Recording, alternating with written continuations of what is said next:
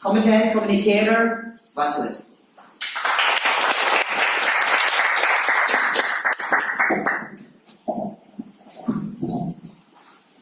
Can you all hear me?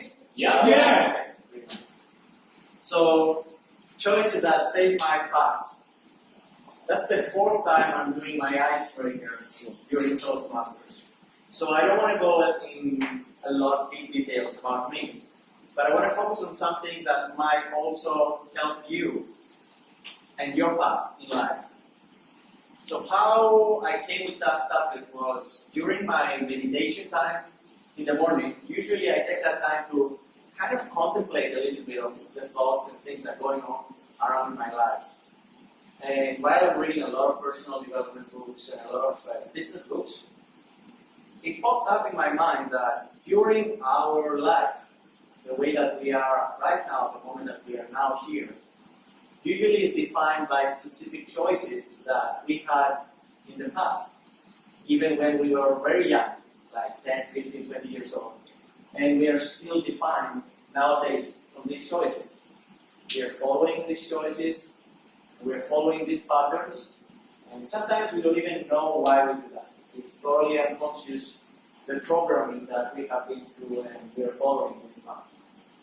So I picked two decisions from my early teens that I kind of find out and I realize that shaped my path in a positive way. By the way, these decisions might shape your path and your choices in life in a negative way. And I will give you an example in a negative way. Someone who is trying to become wealthy, someone who is trying to become successful, and he or she are kind of brainwashed that if you're rich or you have money, you're a bad person. So from the one point of view, you're trying to build wealth, and you try to be successful, and you're trying to make some money for your family, for your children, for a better life. And from the other side, what you're doing is you're pushing away money because you're thinking, because of your negative pattern that you have, that if you have money, you are a bad person, and someone will point the finger at you. So that's something that many of us have been programmed in life. We don't know it, it's unconscious, but this happens usually to everyone.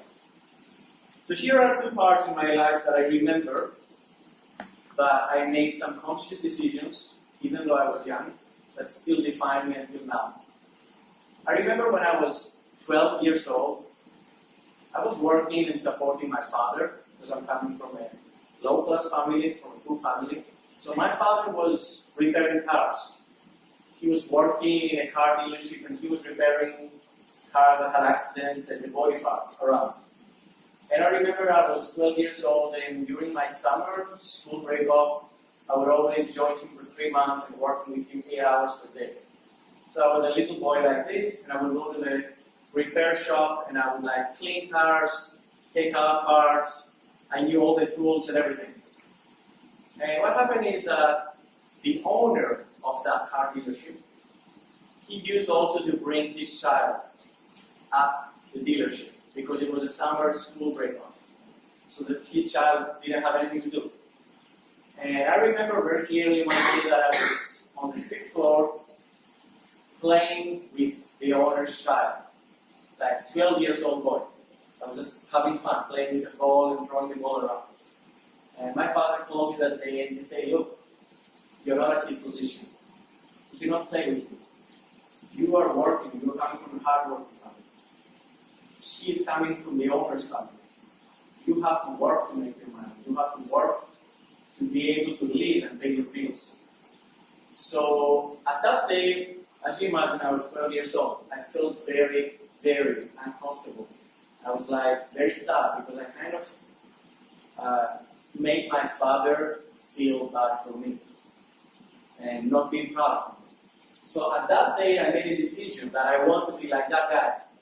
I want to be like the father of that person in my life. It didn't matter how. I just wanted to be at that point that I don't need to worry if I'm going to work. I could provide to my family and I could provide to my children, but they don't need to go through this. That was a decision that I made unconsciously in my life. I didn't know it back then because I was 12 years old. But I just recently realized it by sitting and taking time for myself and thinking how things work in your life.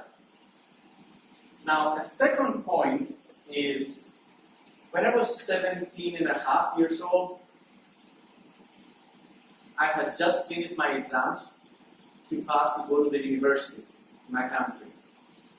And I was never a good student. I really didn't care about what we were learning there. I thought that everything was like kind of stupid. I didn't use them.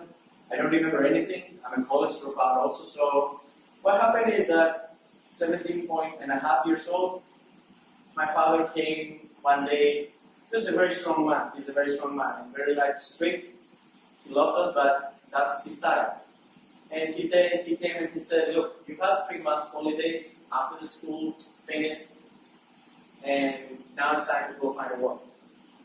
I was like just 17 and a half years old, going out with my friends, playing some football, going to some coffee shops. And he said, no. I'm paying your phone bill, I'm paying your electricity, I'm paying your water. You need to take care of these things alone. You're a man. So he took me by the hand and he drove me to a city, a place that was very near to our house. And that was full of shops and shopping malls and all this stuff. And he said, okay, now you can walk and go start asking people to find a job. If you don't find a job, don't come back at night. The door will be closed. I'm not going to keep supporting you. So I was like, okay, I need to do something. I was kind of traumatized. I didn't know what to do. So I started going from shop to shop and knocking doors, asking if there is a job opening. And I found a job after can I take 1 more minute, please? For me. Toastmaster of the day, right? Yes, go ahead. So I found a job at a fast food shop similar to McDonald's. And the way I felt the first month that I got my salary, I got my first salary, my first own earned money, I felt great. But that was the day that I also made a decision that I would never, never, never want to be supported by anybody. That I would always, even if I have to work 24 hours per day, I would be independent, I would not need my family, I would not need anyone in the world to support me. So these two decisions that I do in my life, unconsciously, because at that time I never understood them, brought me here where I am right now. And why I'm telling you all these things and I'm sharing these things with you is because you have to sit down and realize by yourselves what are the decisions that you have made in your life earlier that define who you are right now, and how can you change them if you are not satisfied with them. Those must have been